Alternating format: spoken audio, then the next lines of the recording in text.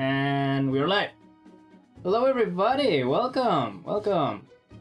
It's hard to believe it's been 1 year of this, dude. Like, for those who don't know myself, I'm Denarius. I'm now a logo, so get with it. It's part of the charm of the anniversary, you know?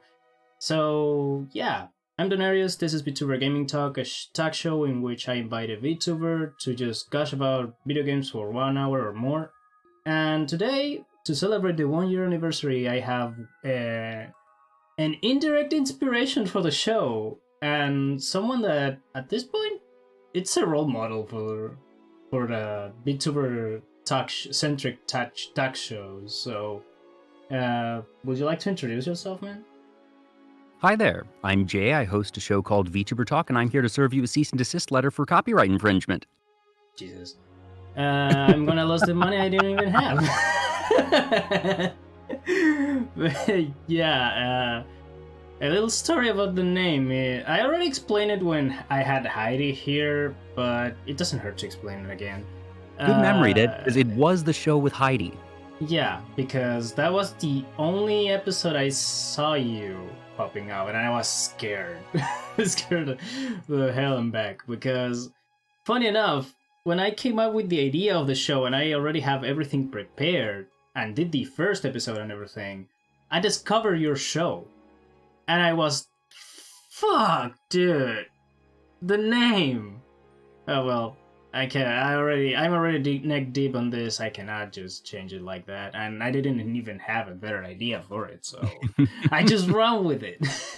Besides, I remember I saw the tweet about Heidi being on your show, and I tuned in and I saw the show name and I was like, oh, huh.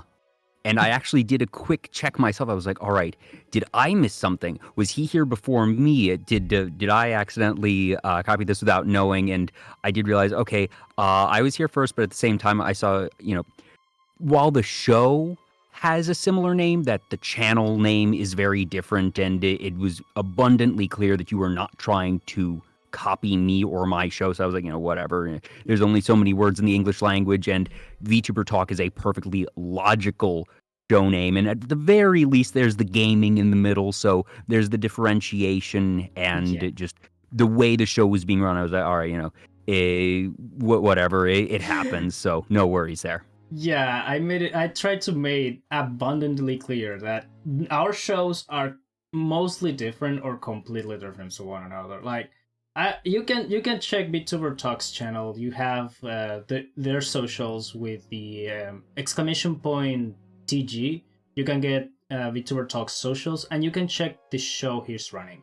The show he's running is more interview based. It's more like an interview to another VTuber. When it comes to my show, it's more like a one-on-one just exchange, and it's just a conversation about video games. I try to make it as long as a conversation can be, and with a lot of tangents if possible. Like, you can talk about one thing and we can just roll the ball of that tangent and then go to another and maybe go back or continue that tangent. I feel like you and I run our shows pretty similarly in that regard, that it's very much an exchange, just a conversation, but yours, as the name would suggest, very specifically tailors itself towards gaming. And while I certainly do have a fair amount of gaming talk on my own show, that the topics on mine end up being just really broad, and that they can cover anything. That I very much designed the show to be, all right, whatever the guest wants to talk about, we end up going there. And gaming certainly comes up pretty much every show, at least in some capacity.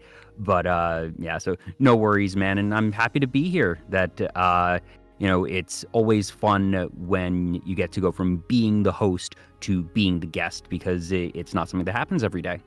Yeah, it's something pretty rare I've seen with some VTuber that hosted talk show, and they get invited to another talk show different to what they usually do, and it might feel right. I haven't experienced that yet, but hey, it's a matter of time. But yeah, and again, indirect inspiration. So yeah, it's a pretty good reason to have you here, honestly. Yeah, no, I'm flattered, because technically I'm not a VTuber.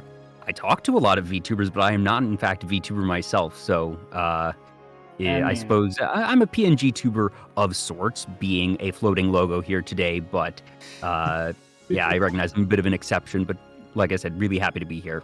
yeah. I usually include every single type of VTuber here. Like, no matter if you're a PNG, 3D, 2D, or even one of those new cartoon tubers, I don't mind any of those. If you have an avatar that moves or at least reacts to when your voice is coming out, you're coming into the show. So that's that. Mm-hmm. But yeah, let's go to the actual gaming here, and let's start with the classic. Do you have games that you consider your favorites? Oh, absolutely. And the playlist that we're listening to right now is the answer to that question. That obviously, I do appreciate you said games and not game, because picking one game would essentially be impossible. Yeah. But there are many for sure. I very much grew up on Nintendo consoles. That Nintendo's franchises are the cornerstone of my gaming experience and my favorite games. And we started with Super Smash Brothers, and if my timing is right, we probably just finished the Legend of Zelda Twilight Princess ending credits theme and are now into Live and Learn by Yep. Crush 40 from Sonic Adventure, and Sonic Adventure 2 rather, and that technically debuted on the Dreamcast, but I initially played it on the GameCube. With battle version, Yeah, yeah, Sonic Adventure 2 Battle. There's a lot of stuff that's sort of packed in here, so I'm going to do a quick blitz through the ones that we've already covered. That the Smash Brothers Melee arrangement that we opened with during the starting soon screen was actually not the one that's from the game. That is a specific arrangement from the Smashing Live orchestral CD that was packaged in with Nintendo Power magazine in the early 2000s. And I actually got that CD not because I had a subscription to Nintendo Power. This was the first game music CD I ever owned because I was talking with a friend one day at school, and he had brought his CD collection. I saw the Super Smash Brothers logo on the CD, and I was like, oh my gosh, I love Super Smash Brothers. Do you want that CD? And he said, I don't really listen to it much. I'll give it to you for $5. So brought $5, just collected the little bit of allowance I had, and brought $5 to school the next day, and he gave it to me. And I had missed initially on the CD that it said Smashing Live Orchestral. So when I popped it into a CD player and I heard the music, it was different from the arrangements that you hear in the game itself. And at first I was a little disappointed, but I quickly came to love those arrangements, and video game music would go on to become a very significant part of my life, specifically orchestral game music. So that Super Smash Brothers Smashing Live CD is actually something of an origin point for me in more ways than one. And it is not what I would call my favorite arrangement of Super Smash Brothers music ever, but it's the one that I specifically wanted to bring out for today. That this entire playlist I specifically curated and gave myself the rules of I could only choose one song per franchise, not just per game, but per franchise. I wanted to try and hit as many genres and different feels of music as I could, and just in general, finding a way to sort of give a bit of a narrative of myself. So Smashing Live, that specific album, is very formative for me. Then for Legend of Zelda Twilight Princess, I'm not sure if Twilight Princess is my favorite Zelda game. It's probably that or Breath of the Wild. They're very different Zelda games, obviously, but I like the Twilight Princess ending credits theme, one, as a background music. I think that it fits very nicely. It also hits a lot of the major themes musically that they go through in the game. Legend of Zelda Twilight Princess also has my favorite boss sequence, the favorite final boss sequence, I should say, of, I think, just any game ever. Definitely of any Zelda game, that going from possessed Zelda, Beast Ganon, horseback riding, to the one-on-one sword duel with Ganondorf himself. Absolutely immaculate final boss sequence. It's the gold standard that I hold to this day. And here we have Live and Learn by Crush 40 for Sonic Adventure 2. I cannot tell you how many hours I spent sitting on the sound test screen in Sonic Adventure 2 listening to this song and others throughout the entire album. And the Sonic Adventure 2 soundtrack was the first video game soundtrack I ever owned. I don't count Smashing Live because that's not a game soundtrack. That was an arrangement album. This was the first one that I owned that was just straight from a game. My parents brought me to, I think, it was 2, 3, or 4 Barnes and Noble and Borders bookstore shops, because that was the only place that I knew had the album, and it took a couple to find it in stock, but we eventually got it. And I absolutely adore Sonic Adventure 2 as a game. I love the music. I unironically love Crush 40. Put Crush 40 in the Sonic movies, you cowards. If we don't get Live and Learn in Sonic 3 movie, I will be very disappointed. You had enough money to pay for freaking Uptown Funk, a top 40 Billboard hit. You can pay whatever the heck licensing fee Crush 40 wants. Come on, folks. Come on, Paramount. You can do this. I don't know if you notice at the end of the first Sonic movie that they even had a custom, like, I think it's either jazz or lo-fi arrangement of Green Hill Zone. Why not do that with the adventure games too? Like an arrangement of Cityscape, for example, for Sonic 3. Ooh, that's the other one that if I will accept Cityscape if they put it in the film. I want Live and Learn, but if they give me Cityscape, I will be satisfied. I will admit, though, that I don't expect either to happen. I do not, while it's what I want, it's what I wish for, I would be frankly shocked if they actually put Crush 40 or even an arrangement of Crush 40 in the Sonic movies, but I can dream. I mean, it's a possibility since it seems like the continuity of the movies are mixing up everything, like the second movie was a mix between Sonic 2 and Sonic 3 and Knuckles. And this next movie, for the teaser that it's at the end of the movie, no spoilers, by the way. It seems like been out for a year now, but you got Shadow. Come on. It's got to be this in some way, shape, or form, please. At least give me Gamma's theme. Gamma's theme on Sonic Adventure 1 was my favorite one, I have to admit. It's so good. But yeah, when it comes to video game music in general, I have the feeling that there are some games that have an amazing soundtrack, but they only work on the game itself. Like, that's kind of my issue when it comes to The Legend of Zelda Breath of the Wild soundtrack specifically. I think the soundtrack for the game itself, it's perfect, like it's amazing, but when you try to hear it outside of there's a lot of pieces, it's just too ethereal that the music you hear when you face the divine beasts or when you face bosses, that music stands well on its own, but the music that you hear in the overworld when you're just going across a field or climbing a mountain, that it is just a bit too environmental. And I very much agree that it's not really a game that, at least for those, you can't hum the field theme like you can normally in Termina Field for the other games.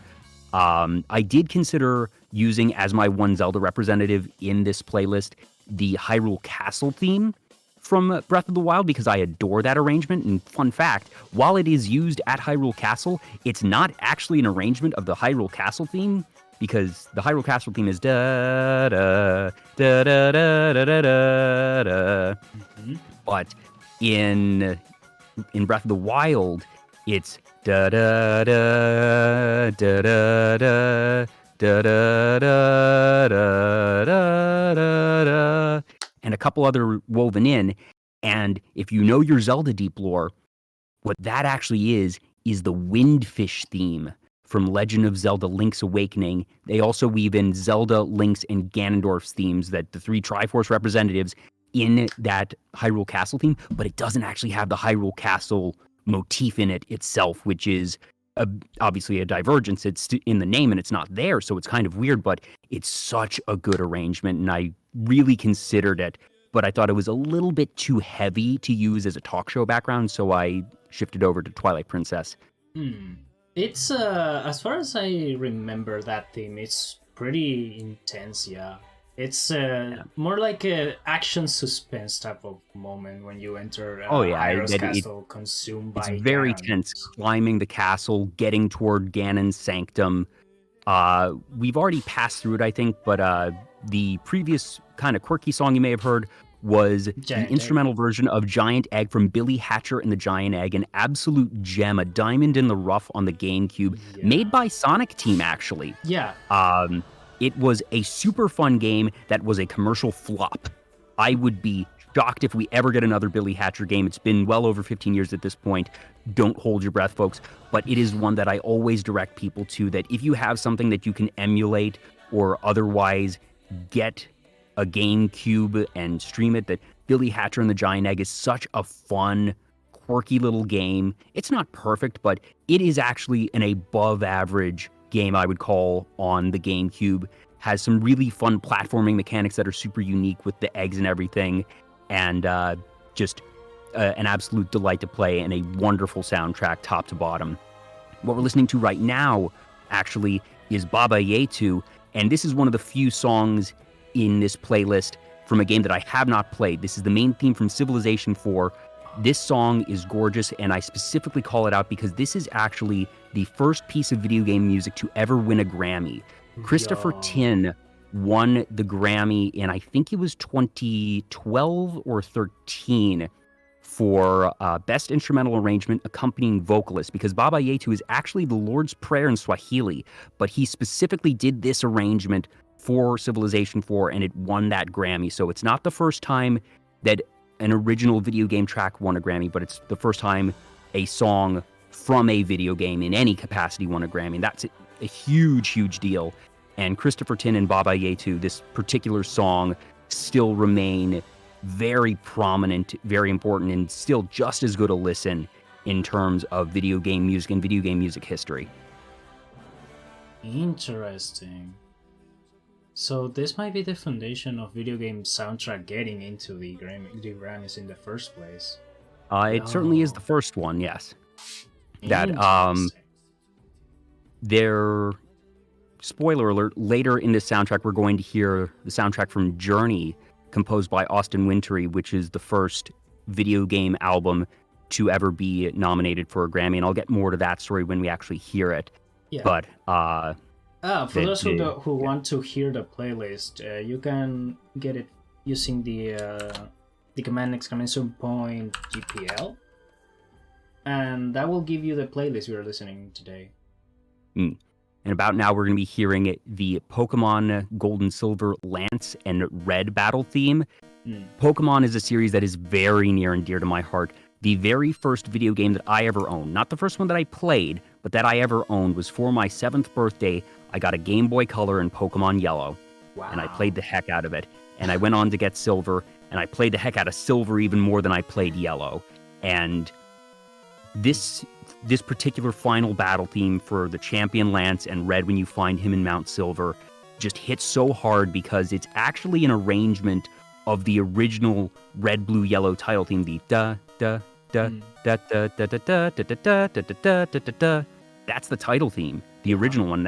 I considered using that as the representative in this playlist, but this arrangement hits so hard, and it's sort of a moment I remember. It gives you the energy that you are facing a really, really, really high wall or a final boss. Like Lance, it's the final member of the Elite Four, and then you have Red, which is the actual champion of the Kanto region.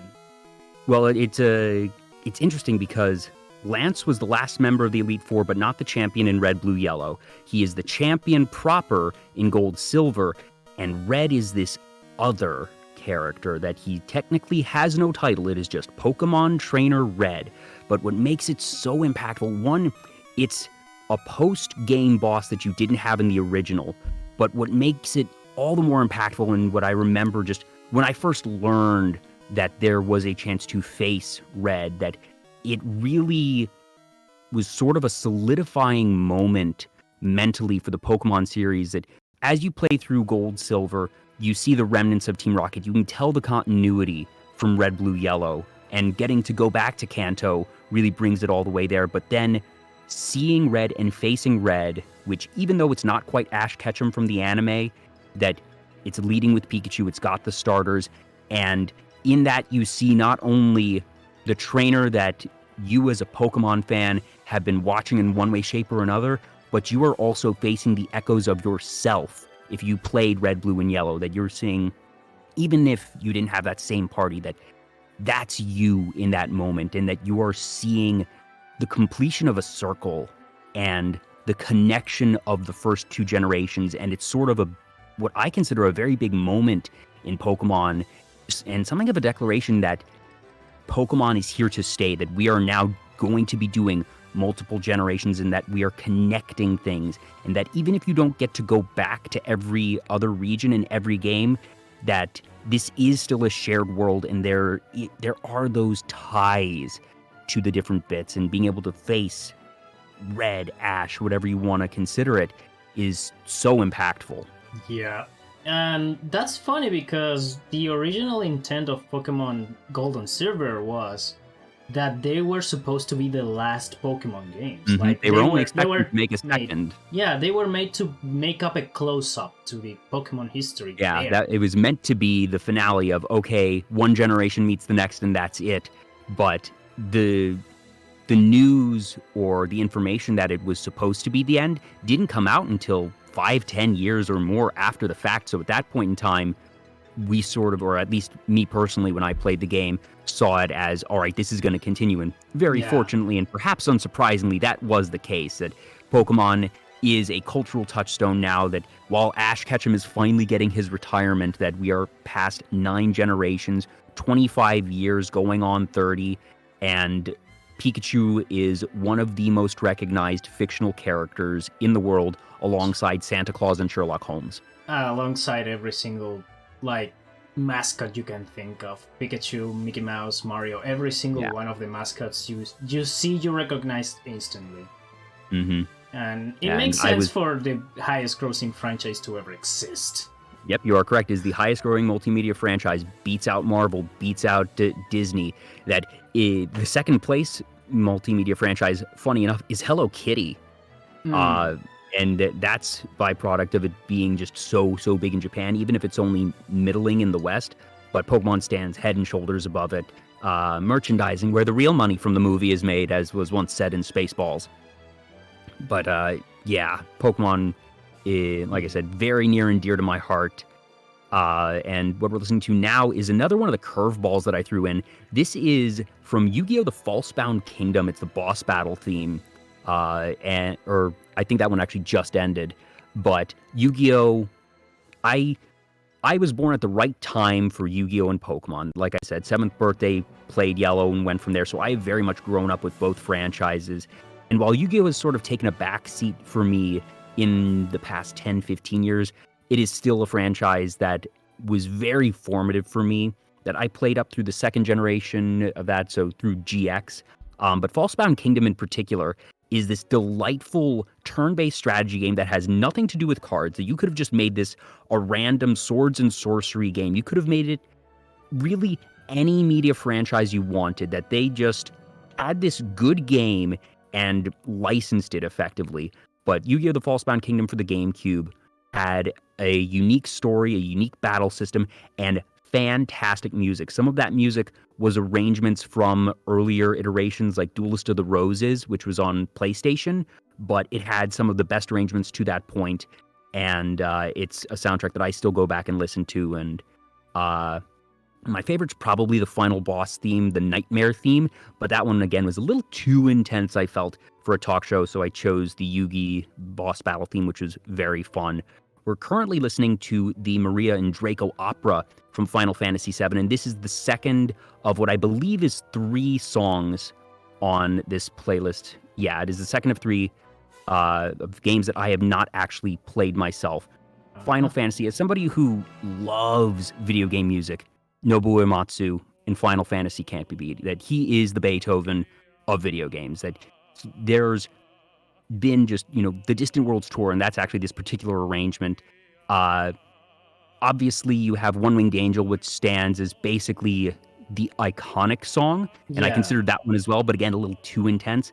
I think Maria and Draco is, one, a underappreciated gem from the series, and also just one of my personal favorites, frankly. It's a opera in 3 movements, and for those who have played the game, or even if you haven't played the game, it is an opera that is within the game itself, that it is not a story of Maria and Draco characters in Final Fantasy, that these are fictional characters in the fictional world of Final Fantasy, that they are infiltrating this opera. But Nobuo Uematsu still outdid himself and wrote the whole dang opera in 3 movements. It's absolutely gorgeous. The ending of it, this is a little over 12-minute piece, and it's just so powerful. Always enjoyed it. I'm not sure if Final Fantasy is a series you've played much of. Final Fantasy VII was one of the games I tried before. Like, I tried to get into it, like, from the classic perspective. I picked up the PS1 version because I still have my PS1 rolling around, and every now and then I like to boot it up to play a few games that I still want to play. But Final Fantasy VII, outside of a few hours that I played, I never got, like, grabbed by it. I like the aesthetic of Final Fantasy VII specifically because I love steampunk stuff, and the grungy aesthetic of the beginning of the game, starting with the raid to Shinra's HQ. I actually love that. Yeah, I missed out on 7 because, like I mentioned, I very much grew up with Nintendo consoles, so I had a GameCube. I didn't actually have an N64. The GameCube was the first console I ever owned, Game Boy Color being the first video game device at all that I ever owned, but I didn't actually have a PlayStation, so I missed out on Final Fantasy VII, but naturally heard One Winged Angel and the music and the hype of Final Fantasy VII. The only Final Fantasy game I've ever played was the port of Final Fantasy III for the DS, and I didn't beat it because the last boss sequence is 5 super bosses in a row with no save point, and I kept getting to the second or third and dying and realized, okay, if I want to beat this, I just need to go back and grind for however many hours. I've basically beaten the game, and I'm not going to sink in however many hours just to grind to eventually cheese these final bosses. I've seen some playthroughs of different Final Fantasy games. I know the basic beats of 10 and 7, scraps of Final Fantasy 14, but for how well I know the music of Final Fantasy, I am basically ignorant of the lore and actual series itself, but I still have so much respect for it that, Final Fantasy, like I said, the music and the games are iconic across gaming, and even if I haven't experienced it personally, I'm very glad that this franchise exists. Oh, hell yeah. Like, when it comes to music, Final Fantasy VII is usually one of the first Final Fantasy games that comes to mind, and when it comes to actual story, many people refer to Final Fantasy X as the best one. Yeah, I think that's partially because it was on the PS2, which saw a lot of success here in the West. That 7 got there in the West, but it was the success of 7 that gave 10 the foundation to be the big hit that it was, in my opinion. And then people who bought a PS2 but might not have had a PS1 may have gone back after the fact, but at least here in the West, I think it's a different case in Japan, where folks would have played earlier iterations, but that 7 is sort of the classic. 10 is the one, though, that I think has the most play in the West. At least prior to 14. Oh, for sure. Yeah. 14 has taken the world by storm and is now bigger than World of Warcraft. At this point, yeah. At least I think it is. I need to double check stats, but it feels like it, certainly. Both games have similar models. One game came out way before the other. But I want to believe Final Fantasy XIV is at least surpassing World of Warcraft a little bit. Because if it's not, it's closer than anything else has ever been. Yeah, it's the closest MMO that it's going to surpass World of Warcraft, because there are a lot of MMOs that are pretty active nowadays, but nothing comes to like the amount of people that plays either World of Warcraft or Final Fantasy XIV. Yeah. And there are some pretty big names when it comes to MMOs, like The Elder Scrolls Online or... Oh, yeah. For so many years, the big question was, is this going to be the WoW killer? That World of Warcraft stood head and shoulders above everything else in the genre of MMOs, and it wasn't close at all. And a lot of that comes from, I forget what the theorem or formula is called, but basically it's the concept of a type of product whose value is directly related to the number of people using said product. We see this a lot in technology in terms of networks. We see this with social media. It's why things like Google Plus never really took off the ground because Facebook was too big. And, well, why would I move from Facebook to this other social network when all my friends are already on Facebook? Similarly with World of Warcraft. Why would I pick up Star Wars Galaxies when I already have all this time and effort invested into this level 85 Dark Knight on World of Warcraft, and all my friends are here, that we then would all need to go over there and try and rebuild our characters? That's not worth it. That it's because everyone was already there. But World of Warcraft slowly has had enough missteps over the years. Meanwhile, FF14 has had enough successes over the years that it has gotten much closer than anything else has ever done. Because when you have a product like that that is dominant in the market and that its value and power is related to the number of people using it, there is no way for it to be gone overnight. It has to be a slow, gradual process,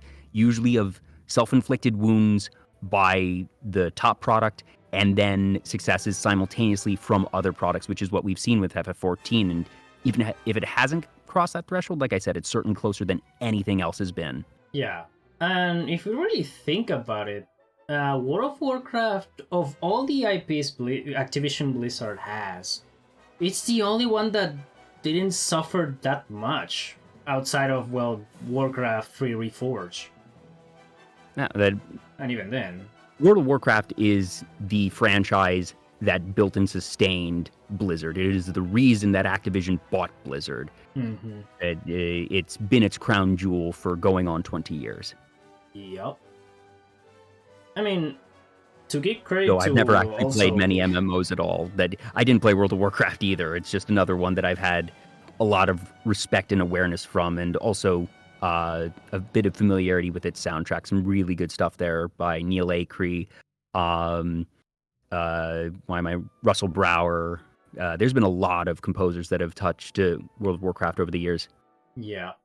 I have respect for the franchise, I have to admit. As someone that likes to grind on video games online or alone, it's kind of a good time.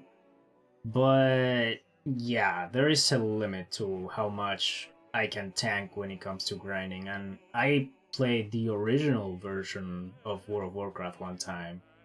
And yeah, that it's way too much and way too slow. Yeah, the problem for me was I just didn't really have any friends who played World of Warcraft. And yes, you can go online and find a party and make friends there, but at that point in time, I was in middle school, high school, so I wasn't really going to go online and just find random folks. It was, at least at that point in time, you were probably going to end up playing a lot of what the other folks in your neighborhood were playing or at your school were playing. And World of Warcraft wasn't it that one or two folks played it, but it was never really something that tempted me, and perhaps for the best, because it means that I don't have the getting addicted to World of Warcraft story. Yeah. Usually, and this is something that it's kind of a good thing, the fact that both World of Warcraft and Final Fantasy XIV are paid subscription services, it kind of plays on that fact specifically. At least that's what I think about it. Like, if you see World of Warcraft or Final Fantasy XIV go free to play, you can be sure that 90% of your high school classmates will be playing those games. But since they are subscriptions, there is less possibility for people to play because they don't want to pay monthly. Especially if you're in middle school, high school, because you don't have that disposable income. You're going to have to borrow, your parents' credit card or something. And even then, you are not with enough time to make use of that time, of that subscription. Yeah. The closest I ever got to really being into a MMO was really, really old RuneScape, like RuneScape Classic, because you could play that for free and you could do a subscription for like $5 a month, but didn't need to. And I had 2 or 3 friends that were into it, so we never really got into raiding or a lot of the complex stuff. That at that point in time, this would have been probably 6th, 7th grade for me. And a lot of it was I did farming or a lot of the non-combat things and just sort of grinded levels that way, but eventually sort of fell off of that as well. It was never a really deep gameplay experience for me. The only thing I can say I got addicted to was Warframe. It was at a time that I was looking for something that gets me out of League of Legends. So I just grabbed Warframe with a couple of friends that we were playing League together, and we said, "Fuck it, let's try Warframe. Since it's free to play, we don't lose anything." I did have a lot of friends who were into League of Legends who tried to get me into it, and I played a handful of games, and it was just, I didn't have the time to get good at the game, and I was so busy with a lot of other things that League of Legends really hit its stride when I was in college. And I had a friend who was actually on the school's League of Legends team as an alternate, and several others that just played casually, several others who were into Dota, and it was just, I was too preoccupied with other games or other things, so I sort of set it aside as, this is cool, and I watched a lot of coverage. I watched a lot of LCS from, I believe it was season 4 through 7. Oof. That I actually, I never really got into the nitty-gritty of stuff, but League of Legends is a really good spectator esport, and that the shoutcasters are very good about making it accessible, that even if you don't understand the specifics of football, if you don't know the difference between a halfback, a fullback, and a wide receiver, you can tell when one team is moving the ball down the field. You can tell when a pass is completed. Similarly with League of Legends, you can tell when somebody gets a turret, when somebody beats the Baron or the Dragon, or is doing a rush on the Nexus, that you can very clearly see what is happening in the general flow of battle, even if you don't know the specifics of what moves and cooldowns and builds are being used. And I still very much enjoyed watching in that sense, even if I never got the nitty-gritty of it all. And that's how I really enjoyed League of Legends for several years. Yeah, I played League for a couple of years too when I was in high school myself, and to be completely honest, I never got hooked with the esports side of the thing.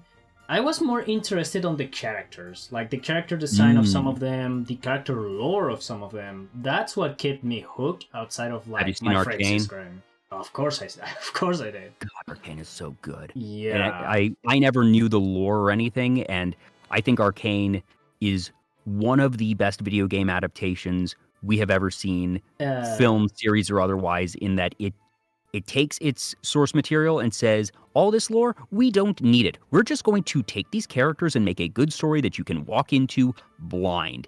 And it's worked so well. I'm super hyped and just... Yeah, it feels like it was successful enough. It has to have a season 2. It has to have a season 2. Yeah, they leave us where you left us. After the first season aired on Netflix for the first time, I think it was Riot Games who said season 2 is coming out, and we hope to not take that long. We just don't know when. But at the same time, take your time, Riot. You did very, very well. That was high quality animation. I'd like to have it sooner rather than later, but whatever. The confirmation that we're getting season 2 is enough, and I trust that it hasn't been put on the back burner because it, like I said, it was so damn successful. There's no way they're just going to leave that golden goose out to dry. There's no reason that they're just going to drop it. It's probably them taking their time, making sure they do it right, and I can respect that. Yeah. I kind of like the approach that some like media are taking with some video game characters and stories. Like you see something like Arcane that takes the concept of both of all the characters of League of Legends, then mix them together and change the lore a little bit of all of them, so they can make their stories better without losing the basis of the characters themselves. Like you have Jinx, that's still crazy enough, but you know why she's crazy now, and now you know what the relationship with B is originally. And another example of this is Mortal Kombat Legends Snowblind, funny enough. That movie takes the lore of Kenshi, the blind samurai warrior from Mortal Kombat, and expands a little bit and takes it on a way that nobody expected. Like that adaptation, and this is huge spoilers for the movie. If you wanna watch it, I'll stop right here. Nah, I saw the I forget it wasn't. I forget if it was Mortal Kombat or Street Fighter, that action movie that was in theaters in the last couple years. I think it was Mortal Kombat. Yeah, it was Mortal Kombat 2021. Yeah, that one. Yeah, I saw that one. Was a live action. Yeah. That has nothing to do with Mortal Kombat at all. But yeah, it didn't seem like it, but it was fun. That was a good enough just summer popcorn flick that I didn't mind paying movie theater ticket price to see it once. If another one comes out, I'll probably see it once. That's fine. Not something that I think is going to revolutionize it, but I think that was a solid entry. It was not an embarrassment to the franchise. But yeah. Snowblind is one of the animated movie ones. Like, you have Legends Scorpion and I think it's Battle of the Realms. Basically, they just sum up some of the MK stories, like from MK1 to MK4 in both movies. And Snowblind takes the funny direction that it's an alternative take of of a what if scenario. You know, in fighting games, you usually have your arcade ladder, and at the end of that arcade ladder, you have an ending for the specific character you choose, right? Yeah. This movie takes one of those endings and makes a movie out of it. It's so cool. I actually love that. Because you have a lot of possibilities with the endings of some characters in fighting games. Like, you can take, for example, one ending it's interesting enough to make a movie out of it. That's the thing. There's some. I'll say so. One series that is not included on this playlist that I very much considered and was probably the first one cut, and if I were to redo this playlist, I might actually include it again, is Soul Calibur. I have only played Soul Calibur 2 and 3, a little bit of 4. Yeah. I love the Soul Calibur soundtrack. I think it is one of the most underrated series in terms of its music. That as a fighting game, it's fine. I've never really been diehard into fighting games. That I played Soul Calibur 2 and 3 on the PS2 and the GameCube because they had a Link in the GameCube version, and Soul Calibur 3 was just really fun. Had the first iteration of a character creator for that franchise. I love the character creator and it was solid. Soul Calibur 3. It's so good. Yeah, but the music there, I think, is super unappreciated. That there's a lot of good music in Street Fighter, and it's recognized rightfully so for its music. But I think there's a lot of just incredible scores in Soul Calibur that get overlooked. And I considered putting in what would have been the main theme to Soul Calibur 3 is what I would have put on this playlist. By the way, a couple that have gone by in the time since while we've been talking. Yeah. Gakuten Mix Orchestra, which is a orchestral arrangement of Phoenix Wright's Objection theme. Love the Phoenix Wright franchise. Played all of the original series. Haven't played the Apollo Justice or the Edgeworth game. But I did also play the Professor Layton Phoenix Wright crossover because the next song in this playlist, which is passed, was Professor Layton's theme. And oh my goodness, Nenarius, I cannot tell you how happy, over the moon I was during the last Nintendo Direct when they announced that there's going to be a new Professor Layton game. There hasn't been a new mainline Layton game in a decade. 10 years, Nenarius. Like, I was emotional, man. That series is so good. It's more than just puzzles. It is more than just a visual novel. It takes this incredibly colorful, creative world, good characters, and weaves these puzzles. Some are related to the story, some aren't, but the storytelling in that game goes above and beyond, and that's part of why it has become so beloved. I understand that visual novels as a whole don't do super well in the West, so I'm not shocked to see it as it is. In fact, when I saw the number of people that were excited for the Professor Layton announcement last month, that made me happy because I sort of felt justified. I was like, oh, thank goodness I'm not the only one who loves this series. That it was so heartwarming to see the outpouring of love from people who have missed that franchise. And the music for Professor Layton, both Layton and Phoenix Wright, are phenomenal. They do interesting things musically and use instrumentations that are very rarely used with video game soundtracks. That Layton has a lot of accordion because while he is a English gentleman, it has a lot of French flair actually with its musical themes. And just top to bottom, I'd say that my favorite game of that series is Unwound Future, the third installment in the original trilogy. But all of them are fantastic. I would play them in release order, so it sort of pulls a Star Wars where chronologically it would be 4, 5, 6, 1, 2, 3 because they did a prequel trilogy after the initial trilogy. Do play in release order. You can still play it in chronological order, but you're actually going to lose out on stuff that way. Interesting. But essentially, you could, in theory, pick up any Layton game. You could pick up the second game or the fourth game, and they'll give you enough information that you won't be lost, but you will get a much richer experience if you play them in release order. I will say that for sure. The Professor Layton Phoenix Wright crossover game, which was also immaculate at combining the two play styles, can be played independently. If you've only played Layton or if you've only played Phoenix Wright, you don't need the other. And frankly, you can just play it having never played either and have that be your entry point to the franchise, because what happens in that game is completely separate narratively. And Phoenix Wright is a very narrative-driven game as well, so having it be separate, I think it was a very well-done collaboration crossover game. After that, we heard the original Animal Crossing theme, the GameCube first iteration Animal Crossing theme, which I've played every Animal Crossing game since GameCube, and obviously New Horizons came out when the world needed it most in March of 2020. I still think both Doom Eternal and Animal Crossing New Horizons same day. Yeah, I love all the memes that came out of it. Like both games Isabelle completely polar opposites of feeling. Someone did this beautiful original song. Actually, I'll send it to you after the show. Yeah, I know what original. Yeah, I know which song you're talking about. Super fun. Yeah, loved it. I love that. Like, I celebrated my birthday in Animal Crossing because obviously couldn't do it in person. Like, for my birthday, I just put out a thing to all my friends. Hey, pick a time slot, pick 30 minutes, and I'd love to go to your island. Because I caught up in those first couple weeks of not being able to go outside. I caught up with folks I hadn't spoken with in 4 or 5 years. Just going to their Animal Crossing island and fishing with them and just chatting for a couple hours. And my siblings and I made it a point every Monday for, like I said, about the first 6 months or so of just, we would get on Animal Crossing Monday evening, go to everyone's island for a little bit, catch up, see our villagers, and, eventually it fell off as we wore through the game.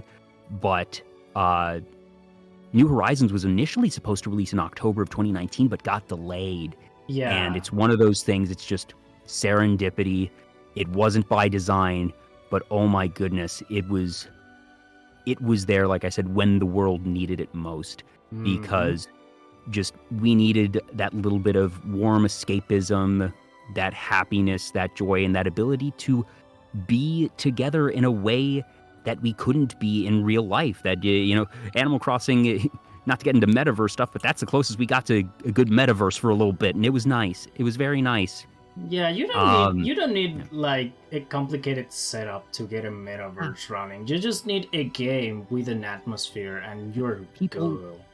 People had graduations in Animal Crossing. People held funerals in Animal Crossing. It became the game that wove society together. And Animal Crossing, actually, this is something I've shared on my show a couple times, is in a way essentially directly responsible for the existence of VtuberTalk, because a gentleman named Gary Whitta, who is a Hollywood writer, he is best known for writing the scripts of Star Wars Rogue One and Book of Eli, among others. He's done some work for DC, writing some Batman comics since, has an original book and an original radio play.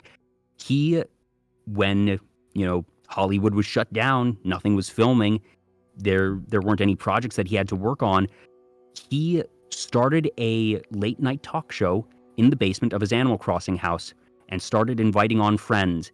And this was when all the other real life late night talk shows were scrambling to get their remote setups done.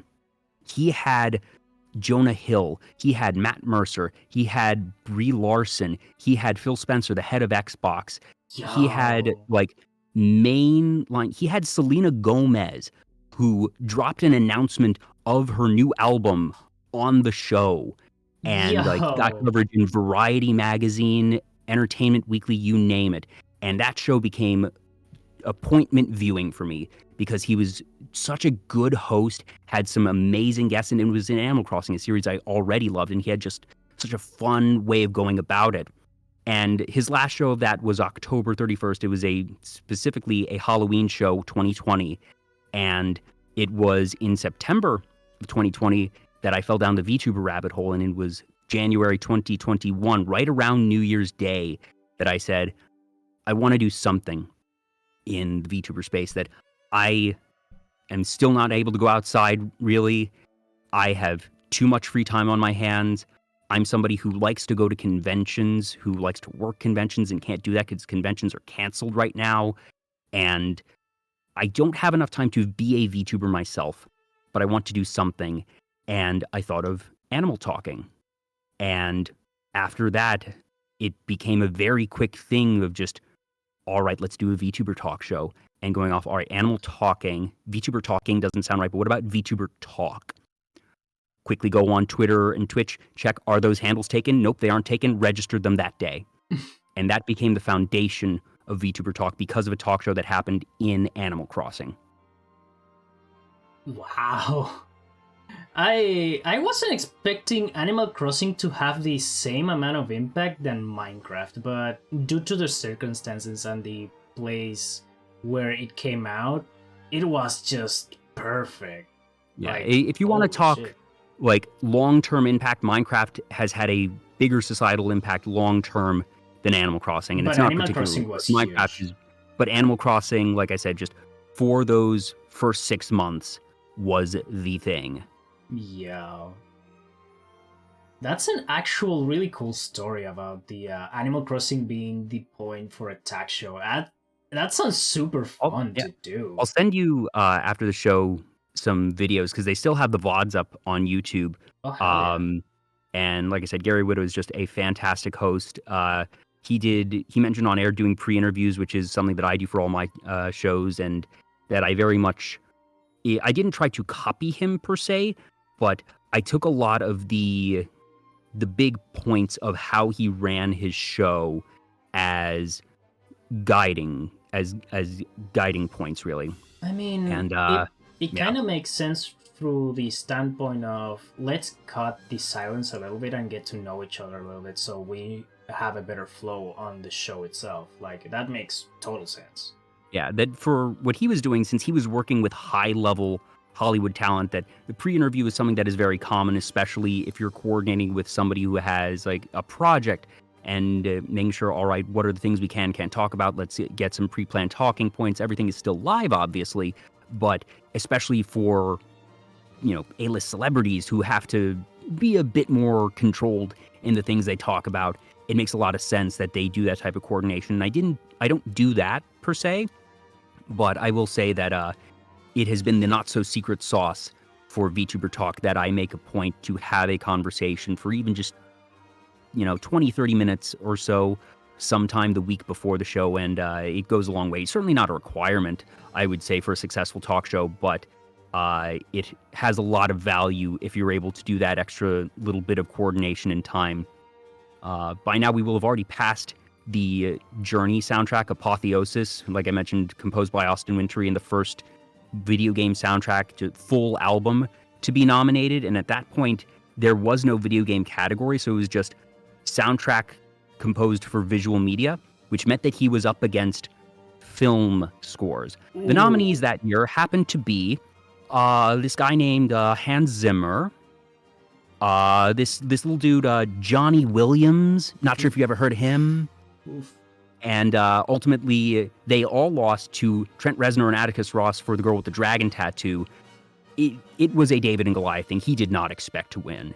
It was a truly honor to be nominated situation when you're up against, like I said, Hans Zimmer, John Williams. I forget who the fourth nominee was because there was one other, but it was like a who's who of film composers that year. I think it was the composer from The Artist, which won the Oscar for Best Film that year. Ooh. And it was just, being nominated and be able to say that a video game original soundtrack was nominated for a Grammy Award was a huge, huge deal. And I've had the fortune of being able to meet Austin Wintory in person, and he is one of the nicest, most genuine, most humble people you will ever meet. That Isn't to this day, he's worked wait? on so many things, and he is in video game music circles. He's still very young. That he's I think early 40s at this point, and he is rightfully well known for Journey and the stuff that he has done before and since. And yeah, I'm hoping that we will have many incredible compositions from him to come. After that, we had Hikari, which was simple and clean, the orchestral version from Kingdom Hearts. I've played and beaten Kingdom Hearts 1 and played a bit of Kingdom Hearts 2 and got busy and wound up dropping it, not because I didn't like it, but just got busy and never picked it back up. So I don't know a lot of the crazy winding deep lore in Kingdom Hearts because I stopped before it got too complex, but I still adore the Kingdom Hearts soundtrack top to bottom. The ending to Kingdom Hearts 2, Fantasia alla Marcia, is one of my favorite video game arrangements of all time. It's a longer one and gets a bit intense at times, so I chose Hikari for this playlist, which is up there. Hikari, I also remember, is one of the first video game songs that like I said, I've been into video game music for a very, very long time, and I would always show my parents sometimes some of my favorite ones, and Hikari, for whatever reason, was one that my father really enjoys, and that it became whenever we were in the car and I was like, hey, can I put on some game music, that he would say, sure, put on the Kingdom Hearts one first. And it is just a legitimately wonderful song that has become pretty iconic for the franchise as a whole, being the first game's theme. And by now we're listening to Kirby Air Ride's City Trial theme. Have you ever played Kirby Air Ride? This one. I honestly was expecting any Kirby, like the regular songs you usually hear from people about Kirby, which are either DDD's theme, Fountain of Dreams, Gourmet Race, or something like that. But this is a surprise. I love it. I considered doing Fountain of Dreams because there's an arrangement of that on the Smashing Live album, but I realized I needed Air Ride on because this is one I've mentioned on my show. Kirby Air Ride. It was made by HAL Laboratories, which is the studio that does Smash Brothers. Yeah. And it was on the GameCube. The normal racing was okay, but City Trial.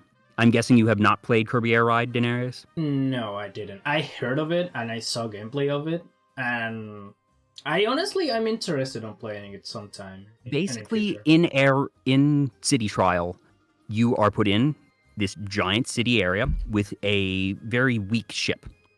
And for 3 to 7 minutes, you go around the city collecting power-ups, finding new and better ships. There are random events that happen that, like, rail stations can catch on fire, or the Dynablade bird will come and start wreaking havoc, or all the items are suddenly going to become bouncy, or there might be items that are fake, and if you accidentally pick up one that looks like a real one but has something slightly different, that you'll take damage. And then after that time of going around the city, scrambling, powering up your machine, you are put into a random event. It could be a one-lap race. It could be a battle royale. It could be whose ship can fly the farthest. And it was one of the most fun multiplayer experiences I've ever had. I cannot tell you how many hours I spent with friends after school, just another round, 7 minutes, another round, 7 minutes. That when you included the stadium event after all of it, it would be basically 10 minutes per round. And we're probably never going to get another Kirby Air Ride game. That it did okay, not that well. Obviously, Kirby as a series is still around, but it wasn't a super big one there.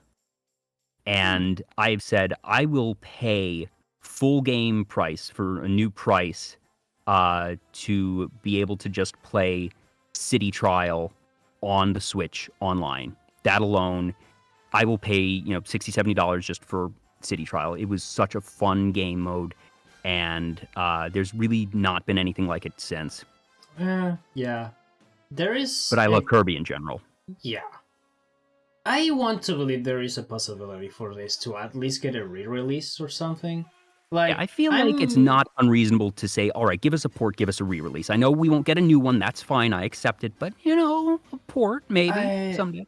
I mean, maybe if they keep going with the direction, we are putting retro games on our online service. Now that you have Game Boy Advance, maybe the next step will be Nintendo 64. GameCube, And then the GameCube. Yeah. Because there is some GameCube games that it's almost a crime to not be re-released or on the Nintendo Switch Online at this point. Yeah. And Kirby Air Ride was one of the few that had LAN capabilities at release. That it was that. I think Double Dash had it. It was just one of a very, very small number of games that you could actually connect multiple GameCubes together and play on a LAN network. And Kirby Air Ride happened to have that capability. So they knew that it was something that could be done with more people. And I hope it's something that maybe will eventually get put on Switch Online or get maybe a standalone re-release. Who knows? I hope so, too. Yeah. And now we have the last one on the soundtrack. So after this, it'll start looping. This is the Bomb-On Battlefield theme, but it is not the original music from Super Mario 64. This is Mario and Zelda Big Band Live, which was recorded in Japan in 2003 with a live jazz band. This album I own a physical copy of, and it's just some amazing, amazing jazz arrangements of a bunch of different, as it says, Mario and Zelda themes. But the Bomb-On Battlefield theme, obviously super iconic, lends itself to big band jazz, and I just really like this arrangement that you can hear. It's super lively. I love it. Yeah, you can hear folks clapping because this was, as it says, a live recording. And I knew right away that this was going to be the Mario song that I put in because, you know, if I want to, I could make a 15-song playlist for Mario, for Kirby, for Animal Crossing, Professor Layton, Phoenix Wright, Pokemon goodness. I can make full playlists for all of those games, hour-long, 15 tracks in a second. Very easy. But I really wanted to make sure this playlist, like I said, only one, and that was where it really got tricky of just narrowing it down, whether it being what I felt would be best for the talk show environment or just sort of most iconic or my favorite in one way or another, that this one was the pretty much instant pick for Mario. Perfect, actually. Yeah. Meanwhile, I'm very excited for the Mario movie. Me too. I've only watched the first trailer. I have no interest in seeing the other trailers. I don't want to be spoiled at all. I understand that Chris Pratt is not going to be the Mario we all know. It's fine. I saw some people that said it grows on you. So yeah, and goodness knows, Jack Black as Bowser is inspired. Brilliant casting. Whoever was in charge there, fine. Chris Pratt, if you needed that big Marvel name as Mario, fine. I can understand that from a marketing standpoint. The fact that they had Jack Black as Bowser, chef's kiss. Love it. That's the thing that it's selling me the ticket right there. I love Jack Black. It's just, and Jack Black as Bowser is just the best thing. Even because in that you first know trailer, you have a comical you can villain. hear him hamming it up, having a good time, and just reveling in being that hammy villain. Yeah, you know Jack Black has fun when he does voice acting. It's just the best. But yeah, the Mario movie, I saw every single trailer up until this point because I have a subscription to the basic Twitter thing that they share the trailers to everybody. Mm-hmm. So I know the last trailer actually just came out a couple days ago. Yeah, that trailer was fun because it presented don't tell me anything about it. Yeah, I will ask you to not tell me anything about it. But okay, I've heard good things about the trailers. Yeah, I'm just looking forward to seeing it in person. Yeah, I have the feeling that if you know Mario, not just as a game character, but as a franchise, you will get a kick out of the whole movie. I'm pretty sure of it. It can't be worse than 93. No, it can't be. That I am completely positive, convinced that if Nintendo thought that the upcoming Mario movie had any chance of flopping like it did in 1993, they wouldn't release it. They would do what WB did with the Batgirl movie, and they would take a completed movie and just say, no, it's not happening. And I have this slight feeling they would never want to recreate 1993. It is Nintendo's one of their lowest points, and I am certain, even if what we get isn't going to be a masterpiece, that it's going to be fine. It will be okay. It will be competent. It won't be embarrassing because Nintendo is a very cautious company and they would not let 93 happen again. Oh, for sure. I'm pretty sure they will reference it, but outside I of kind of that. hope they do. I kind of hope that they throw in a nod of like, oh, like a movie about it. That would be terrible. Like, why would you ever want to do something like that? Or maybe a line from the original. Or maybe What? just Mario Luigi casually watching a scene from that specific movie. That could be interesting. I never actually thought of that particular angle. I don't know if they would ever actually want to unearth that footage and put it into the world.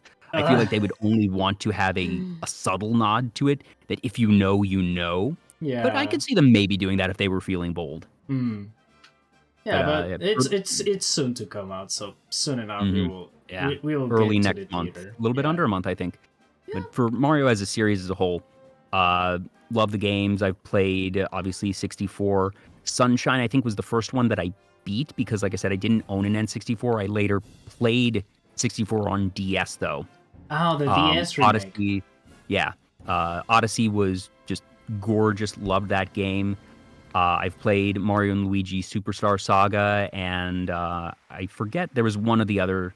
I've played a couple of the Paper Mario games, and it's the franchise, the classic. And same with Kirby. That I've played a lot of games. I played more recently Forgotten Land. Played most of them since not most of them. I'd say about a bit over half since the Game Boy Advance, but went back and replayed the originals for the Game Boy and Game Boy Color because those were actually pretty short games, only probably 3 to 6 hour games if you know what you're doing. Mm-hmm. Assuming you're not trying to get 100% on them at least. Yeah, but just fantastic franchises, and like I said, Nintendo is very much the cornerstone of my gaming experience, and yeah.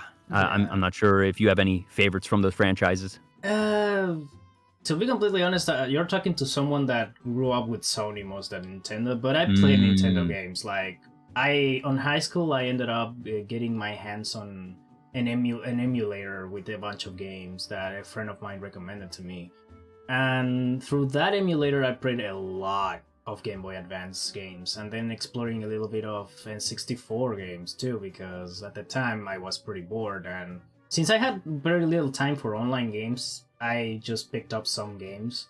And at the time, both my PS1 and 2 were on repair, so I couldn't play anything outside of emulation. Gotcha. I grabbed Mario 64, Paper Mario, and Mario Party 1 for a couple of I hours. played a lot of Mario Party 1 at my cousin's. That while I didn't have an N64 myself, I played a lot of it. Just a lot of my friends, several cousins had it, so I played a lot of the party games, but none of the one-player games. So I never actually played Ocarina of Time on the N64.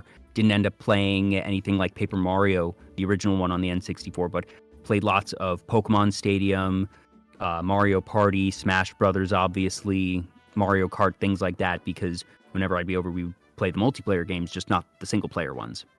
Right. Then when it comes to the Game Boy Advance, because that's the one I explored the most when it comes to the games I played through the Sonic Advance series, and one of my favorite Sonic games is in fact the GBA game. It's Sonic Battle. That game is fun. Yes! Thank you! It's super fun. Sonic Battle was a delight. Good music, too. Yo. Yeah. And they've never made anything like it since. Yeah. That was a cool little arena battler. Had an original character it was a robot. Emerald. Emerald, thank you, yeah. Yeah. Super, super fun game. Yeah, the Sonic Battle was an experience to have. I found out that game specifically has one of my favorite, at least character theme songs, I like to call them. And it's Rouge theme on that game, which is the casino stage. That theme is pretty good. I have to admit, that's my favorite Rouge theme. It's been a while since I've listened to that particular soundtrack. I remember there being a good casino theme. I couldn't hum the melody for you offhand, but I'm sure that if I were to look it up on YouTube or something, that I would remember it very, very quickly. Yeah. Certainly, I remember Rouge's theme from Sonic Adventure 2. But in general, Sonic Battle, very good pick there, Daenerys. Is just an underappreciated gem. And then I find out that one of my favorite franchise, it's Crash Bandicoot, right? So I found out that there is Crash Bandicoot games on both the DS and the Game Boy Advance, and I picked them up, all of them, played through all of them, and I have to admit, the first two were pretty good. The Titans one was meh. But Crash is a series that I've never really played myself. I may have played it once or twice, but again, that being a Sony title, yeah, I've watched a good number of streamers play it though. That Vividly Vivi, someone who's been on my show in the past and that I frequent her streams, that she's a big she is a Crash Bandicoot huge fan. Crash fan. Yeah, I pass around every now and then when she plays Crash, and got to admit, she got something for it. It's pretty good. And you will say, for the aesthetic of someone like Vivi, which is the selling point of the radioactive VTuber, you will say, oh well, her favorite franchise will be Fallout, and it kinda is, but she also really loves Crash Bandicoot. Oh yeah, that's her favorite game. But yeah, she does have a very soft spot for Crash Bandicoot. Yeah. I played funny enough that franchise at this point. Funny enough, I have not actually played any of the Fallout series myself. It's another one that I've seen a lot of folks play through. Me too. But it's one thing I've mentioned in the past is that I grew up in the state of Maryland, and Bethesda Softworks references Bethesda, Maryland. So I was in that state where those games were developed. So like in Fallout 3, that it's the DC area, and I can't get to the places where I lived and grew up, but having grown up near DC and visited that, seeing friends play through that game and playing through that game myself, that you can recognize the areas that they did a pretty good job of recreating certain places in and around Washington DC for Fallout 3. Yo, I love when some games do that, you know? One of the reasons why I want to visit the US one day, because I don't live in the US, I want to visit just because of Watch Dogs 2. I want to visit San Francisco and see the locales over there, because one of the selling points of Watch Dogs 2 was how well they recreated San Francisco and all the locales and all the things that is on that city, like the Google headquarters or the Ubisoft the Ubisoft office on San Francisco. And I want to visit all of those places, you know? It seems like a fun place. And when games recreate cities like that, they just makes you want to visit them. Same happened with Sonic Adventure 2 when they recreated San Francisco and Cityscape. Yeah, it's not quite San Francisco. It's certainly San Francisco inspired. Yeah. But that's meant to be. They call it. I forget what the city name is, but they don't call it San Francisco. But it's definitely meant to be that, and you see that in the films as well. And I hope that we get, going back to the concept of the Sonic 3 movie, I'm hoping we get Sonic in some shape or form. I don't care if it's him jumping off of a helicopter or something else. I want Sonic skateboarding on a piece of metal downhill in San Francisco being chased by a truck. I want that city escape scene. Wait. Hold on. In the continuity of the movie, they didn't take on Sonic, right? They just leave him with Tom. They leave him with Tom. But they establish the organization of Gun, which is the military force of the Sonic world. I forget what the acronym stands for. Government unit of I don't know. Yeah, Guardian Units of Nations. Hey, there we go. Yeah, I just had to Google it right there. But they do establish Gun in the second Sonic movie, so we have the pieces, the stage is set. They can do this in Sonic 3. And while I'm pessimistic that they will put in Crush 40 music, I'm optimistic that they will, in some way, shape, or form, have Sonic going down a hill on a scrap of metal in some way, and that even if it's not being chased by a gun truck, that I think they'll they'll let him do something resembling City Escape, but won't Maybe use the City Escape music. didn't the second movie start with the with Sonic trying to stop a robbery of a bank and stop a truck from getting Yeah. away? Something Mhm. like that could work, like an opening scene Yeah, with Sonic just having fun absolutely. skating and doing something, It and could just Tails be the coming up opening behind. from Sonic Adventure 2, that Yeah. you open the scene of him escaping, and that's how the game starts. Of you don't have the full context of, oh Wait, geez, why is Sonic being pursued by authorities? You don't get that unless you've played the dark story first of maybe you Shadow being can released and maybe everything. you can put it on a scenario then. Now that you have Tails and Knuckles with them, and there is no Ancient Island for Knuckles to protect, you can make it a race between the three of them, and Sonic has to use the Mm, skateboard to just I could see that. give them a handicap. That could Possibly, yeah. work.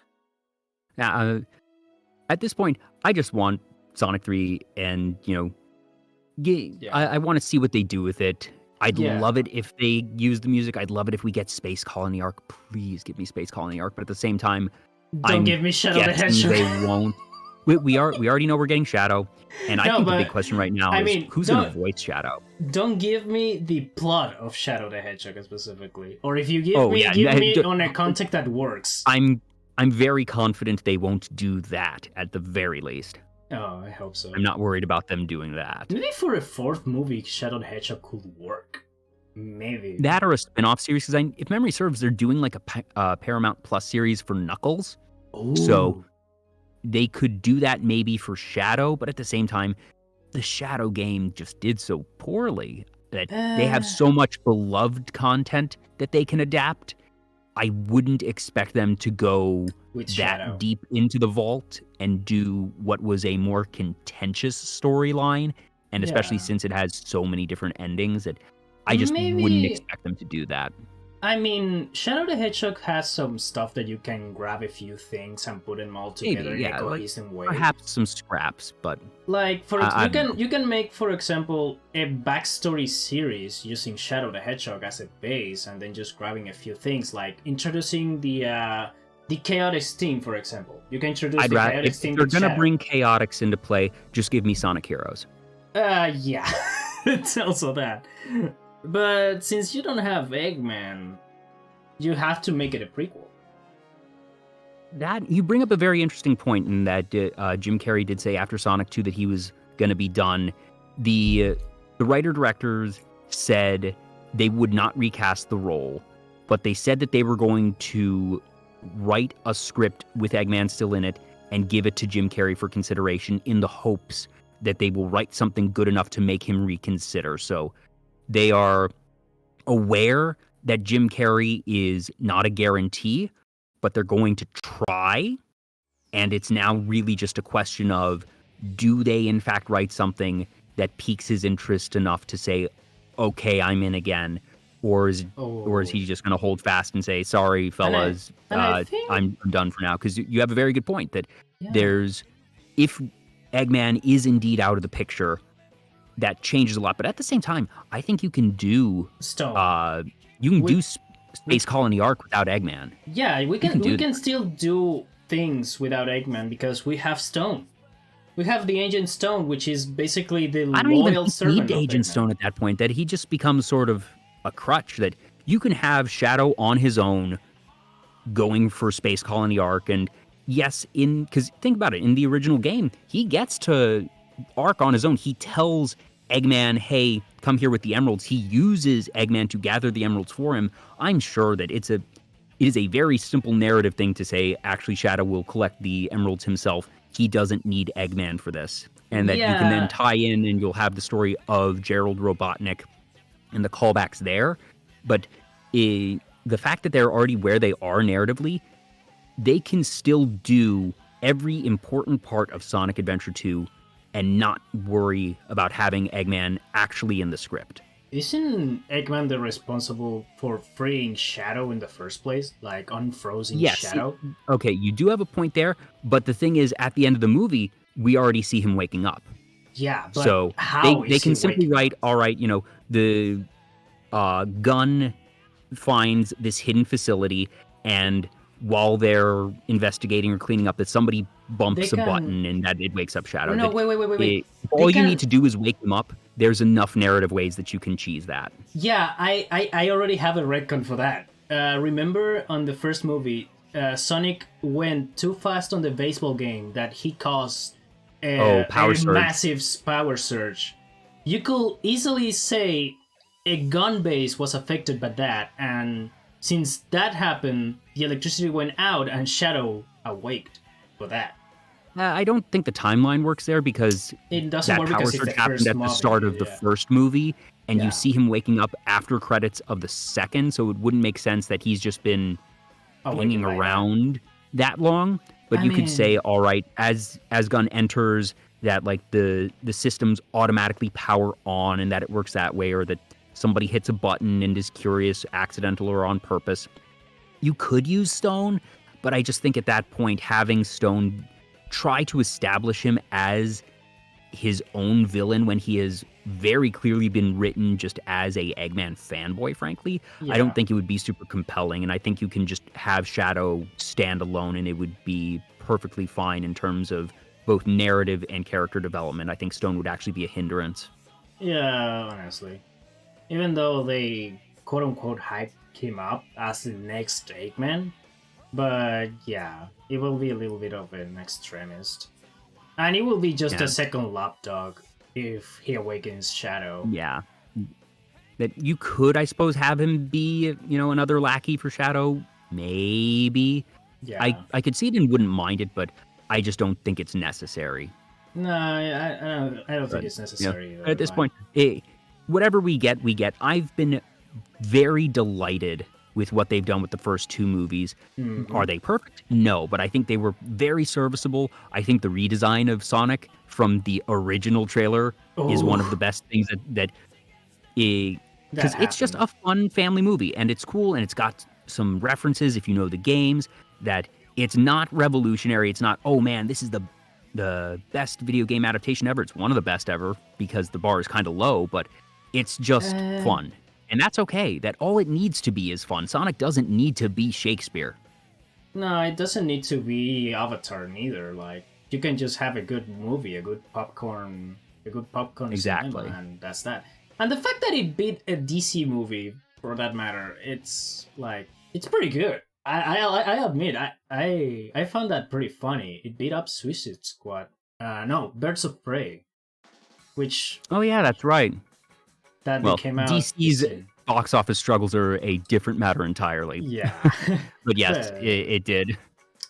Also, I can count with one hand, the amount of good adaptations of video games in movie form that you can get. And yeah, pretty much Sonic is a good example of you can make a good animated movie. And I anticipate we're going to be adding to that as we get the new Mario movie. Ooh, but it's certainly been a big thing, a big reason that we've had a lot of failures, frankly, in that realm. But hopefully comic books had their Iron Man moment. And I don't think we've had our Iron Man moment yet. But prior to Iron Man, you got a couple of successful enough ones that were good. But then you get that one turning point film that is just not only good, but great, and is in the right place for pop culture. I don't know if the new Mario movie is going to be that, but it has the potential to be that if something was going to do it, having Mario start and spin off its own cinematic or broader media universe, this is a chance. This is a possibility we are going to see in the coming months if this is going to be a really big turning point, or if it's just going to be another passable movie. And if it's another passable movie and nothing more, that's still fine. That we have, I think we have finally moved beyond the point of the mentality of all video game adaptations are garbage. I think we've had enough good ones. That has been proved time and again that video games can be well adapted to movies. You can find the earliest example of this in Mortal Kombat 1995, I think it is. But for me, it was Tuesday. The Street Fighter movie. Rest in peace, Raul Julia. Yeah. Oh yeah. But yeah, there is some good, there is some bad adaptations. Mostly bad adaptations. That's what gives the video game adaptation to movie its bad image mostly. But yeah, you can have a good video game story adapted to the big screen or even the small screen. There was some animated series. We're in the middle of one right now. We're in the middle of it right now with The Last of Us. To be fair, The Last of Us had kind of a layup because it was already written as a narrative game. So taking a well-written narrative game and just putting it to screen, it's kind of, like I said, it's a bit of a layup, but at the same time, it's very good to see it succeeding and getting in the public eye, if only to act as a bit of a justification of saying, hey, games do have this cool narrative, and hey, it already had this narrative. This is barely even an adaptation. They made a couple of changes, but that this can help bring more folks into just playing the games, and that's a cool thing as well. So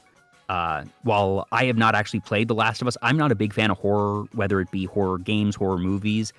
It's been really nice to see fans of that game be so excited and be so satisfied by that adaptation because it's clear they've done right by those fans, and I'm very happy for them. Yeah, me too. In fact, going back to Sonic's having a really good series, like so the Sonic franchise itself, it's the living proof that you can make a series with the characters. Oh, well, you have a lot because you have the classic cartoons, you have Sonic Underground, Sonic you have X. There's Sonic Prime. There's been a lot, like a surprising number of Sonic animated show adaptations, not even films, that have had moderate to even just outright solid successes. Yeah, like Sonic X, Sonic Boom, Sonic Prime, Sonic Underground, Saturday morning show. It's pretty handful of series that the Sonic franchise has that were pretty successful. I love that.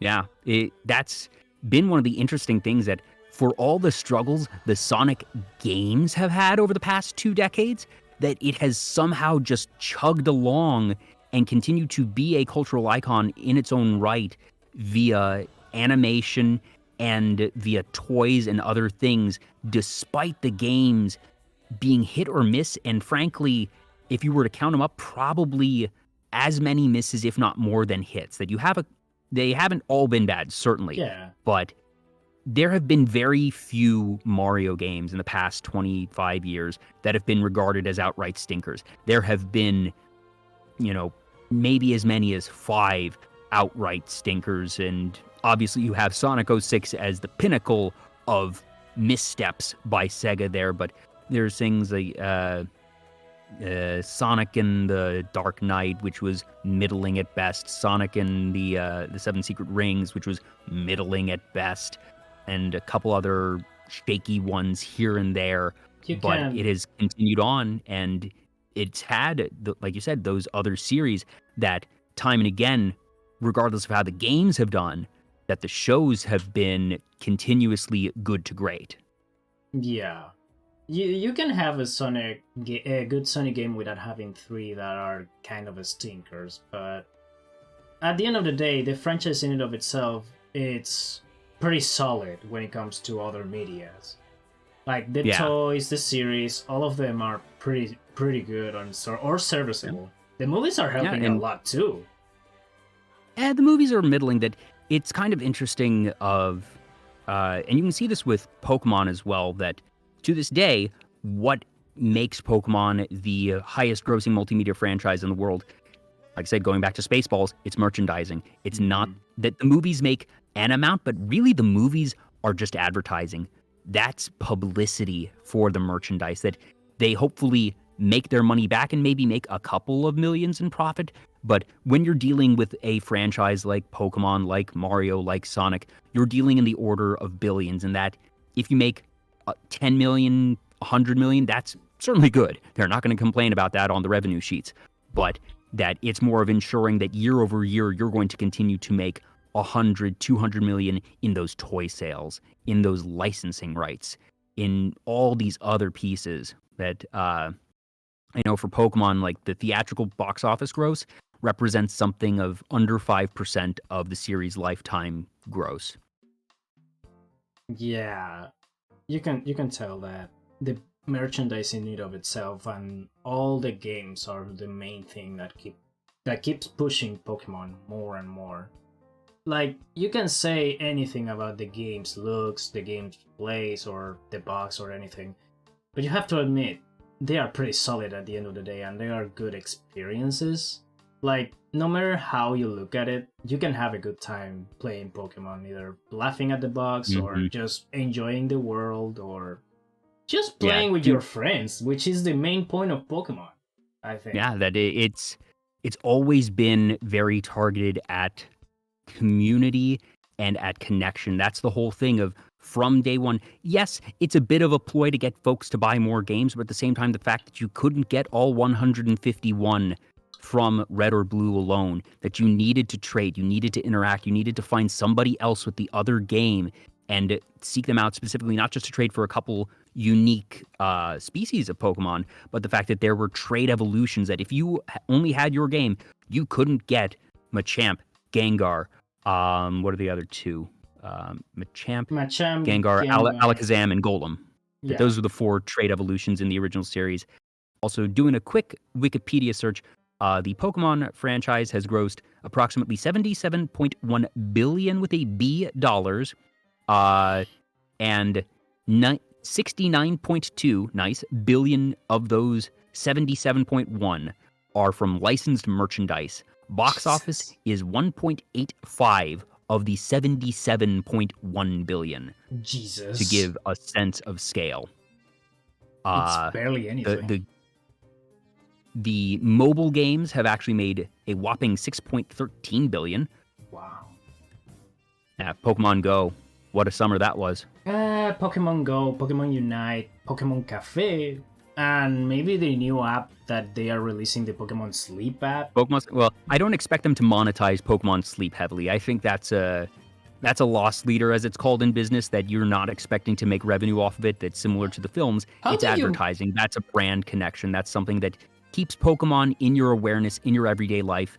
And the assumption being, if you're using Pokemon Sleep, that's going to remind you to play Pokemon Go or to buy the games or to watch the series. And that they probably aren't actually going to make a lot of revenue on Sleep itself. Besides, how do you sell a clock more times than just once, you know? You can pay for the app, but outside of that, there'll probably be like a couple cosmetic things that you can do for microtransactions there, but I don't have any indication that they are looking at it to be a major revenue source. Honestly, I don't see how they can do that either. Yeah. So, outside of just giving your Snorlax cool. a cool hat, outside of that. Yeah. But I am happy that Pokemon Sleep is back, and they even had the Twitter account. One of the first tweets that they had after the recent trailer was, "Sorry it took so long. I was sleeping." Of just, oh, that's why we haven't had any news for 2 years. Snorlax was doing what Snorlax does. Oh, tee-hee. That they do a very good job over there with their social media. I love that. But yeah. It's a little bit of a thing that these Pokemon Directs are sometimes a little bit meh when it comes to announces, because 9 times out of 10, most of it will be just related to updates for the mobile games. Well, yeah, that the mere fact that we're getting entire directs for a single franchise with any regularity is an anomaly of itself. We don't get that for Mario. We don't get that for anything else. So it kind of makes it's sense. Not a surprise, in my opinion, that we only get those little piecemeal updates, and it's just the fact that we get it presented in this way at all. And I think that's frankly a smart move, because one, it always gets the hype because you never know what you're going to get, but also there's just too much cool stuff that they're doing and announcing that they can't shoehorn it into all the Nintendo Directs that they're going to have. It makes a lot of sense that they are still positioning it and releasing it on their own cadence in their own way. Besides, Pokemon, it's the only franchise that gets a direct at all from all the gaming sphere. Exactly, yeah. Like, there is Mario no doesn't get game. it, they'll get it. yeah, it makes sense because Pokemon is as previously said like 1,000 times at this point, the most popular gaming franchise of all time. I mean, I will say the same for Tetris or Minecraft though, but yeah, Have they you seen just the get trailer for the trailers. upcoming or not Minecraft movie, goodness, the new Tetris movie? No, but that sounds horrible. Oh no, it's actually really good because here's the thing. It's not a movie about a world of blocks. It is a God. dramatization about the licensing and release of the game Tetris. It is a historical film. Oh, it's a documentary of Tetris? Yeah, so it's not quite a documentary. Like I said, it's a slight dramatization. Have you seen The Social Network? No. The movie about Facebook. So it is a dramatization in the sense that it is very much inspired by true events, that a lot of the beats in the movie are going to be real things, but that they might, they're going to make some dialogue, a couple of scenes, a couple of character interactions that are going to be a bit more dramatic, a bit more, theatrical to make it a bit more fun to watch. But there is a legitimately true and just incredible story about the licensing of Tetris, because Tetris was developed by a gentleman named Alexei Pajitnov, who actually is still alive today in Russia during the time of the USSR. And therefore, Tetris, as developed, was property of the state.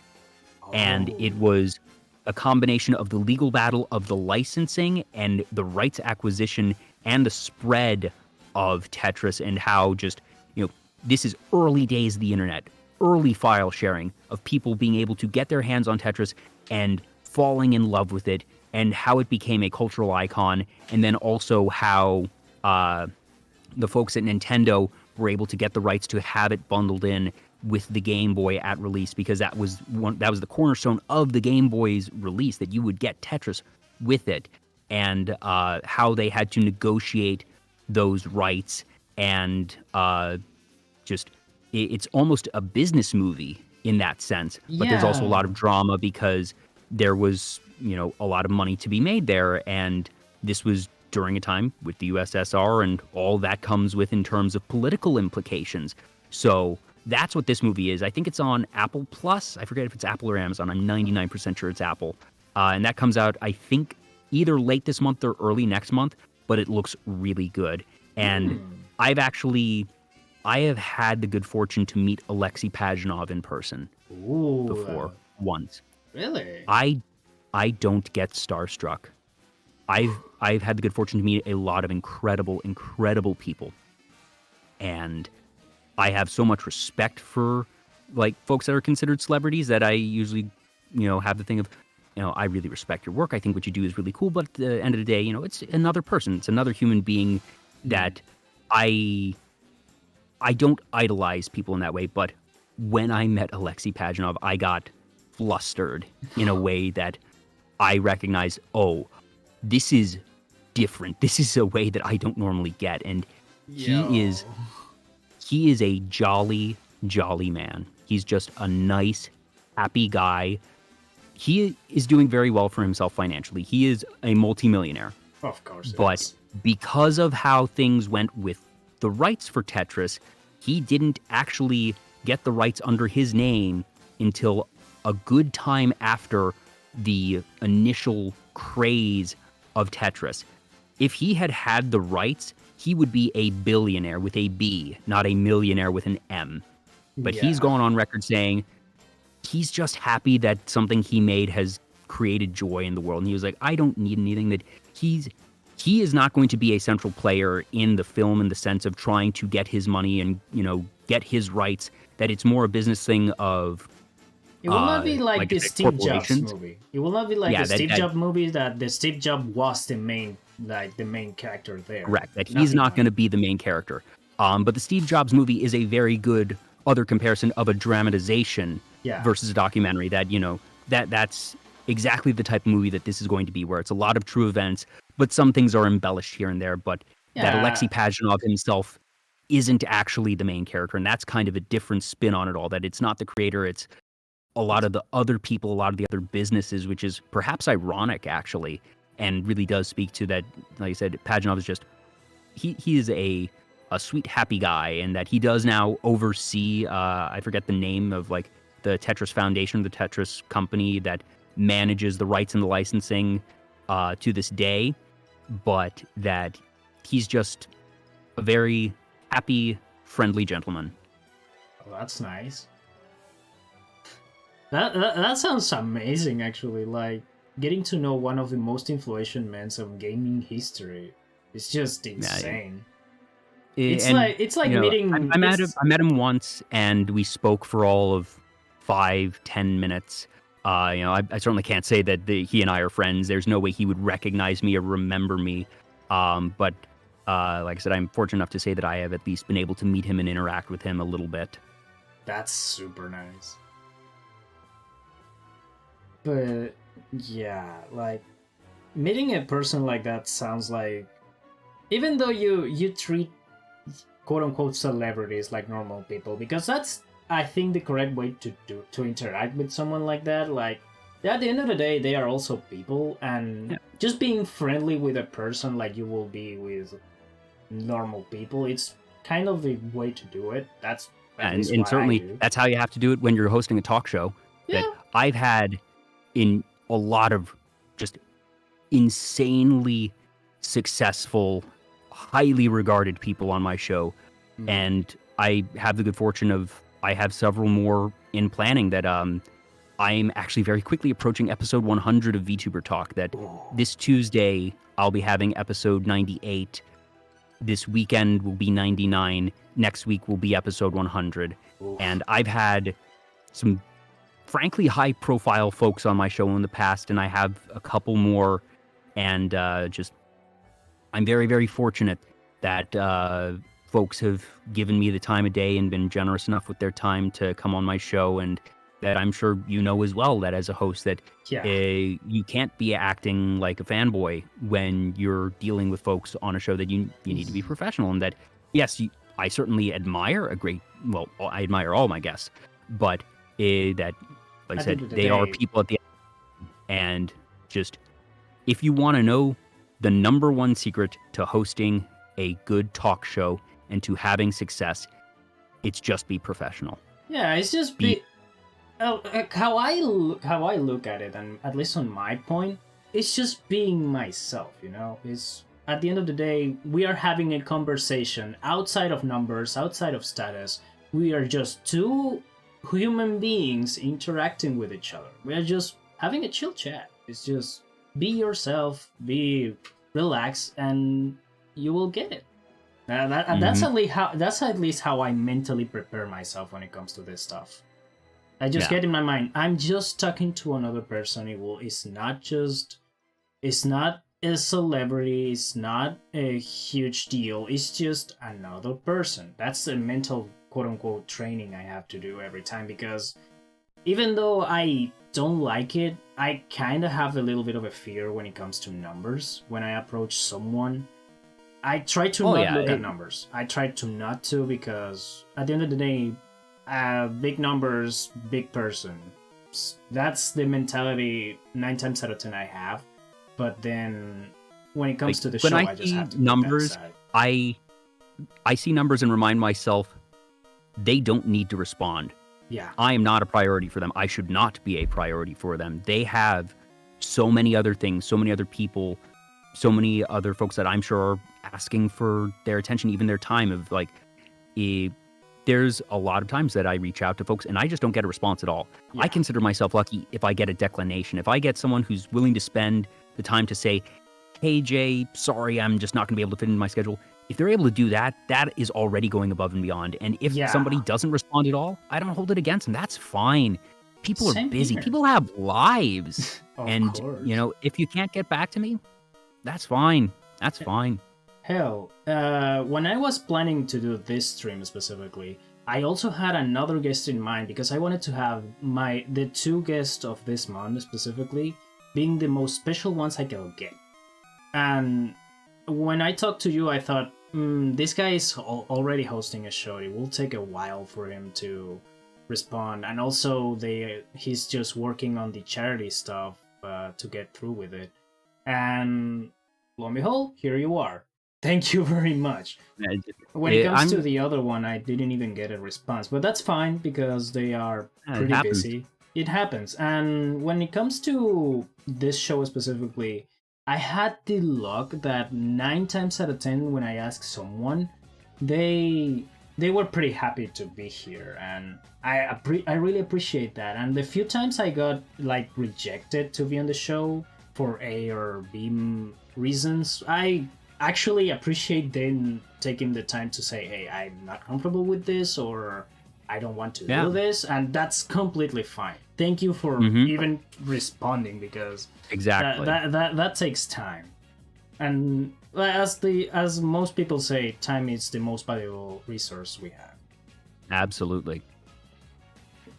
But yeah, hosting a show, it's fun. Like I started doing it just because of the fun of it. I love video games, but since I'm not a game developer or a graphic designer type of person, I just love talking about video games. And I thought a talk show, when we just discuss video games and just talk about our history alongside video games, is just the most interesting thing I could get outside of just making video essays. Yeah, I've said multiple times on my show, the reason VtuberTalk exists is because I had too much time on my hands. That, in late 2020, early 2021, couldn't go outside, and that, surprise, surprise, dude who hosts a talk show is an extrovert and likes talking to people. And I, based on past experience and knowledge I have for event organization and just coordination in general, that I felt confident that I could reach out to people comfortably, professionally, and put together an experience that would be a good one for the guest. And like I said, I've just been very fortunate to have folks who have taken a chance on me. My first guest was actually a good friend of mine, Lane Blanc, and she helped me get introduced to, I think, my second, third, and fourth guests. Maybe just second and third, but really past there, that it's been me. And I've said multiple times, VTuber Talk would not be what it is without Lane Blanc and her initial introductions, because even getting those it's the first couple shows that are the hardest, because when you don't have an established name, when you don't have a track record, that's when people are going to be the most understandably hesitant. But once you can start to get a track record and show, all right, I know what I'm doing, look at the past shows, talk to my past guests, that you can, if you're going about things in a thoughtful manner, be able to start stringing things together. And, I've just kept at it once, twice a week. And like clockwork, that there have been, I think the longest I've gone without a show has maybe been a bit under 3 weeks because of a family vacation. And every so often, you're going to have a guest that gets sick or cancels. It happens. But otherwise, it's been just about a show per week on average. And like I said, now approaching 100. And you're at 23. So that you're past that hurdle of the Yeah. first 5, 10, and you're rolling along. And The I'm thing hoping that is, you're going to be able to keep things going here as well for yourself. yeah, I hope so. This might be the only time I might just barely get one show rolling on the month, because, well, I'm still a college student. I still need to worry about exams and finals, which is what I'm going through right now. And to be completely honest, I kind of started the show with that mentality in mind. Like, I started the show with someone that I know I could get a good conversation going, and a good couple of hours like going through, and just started inviting friends first.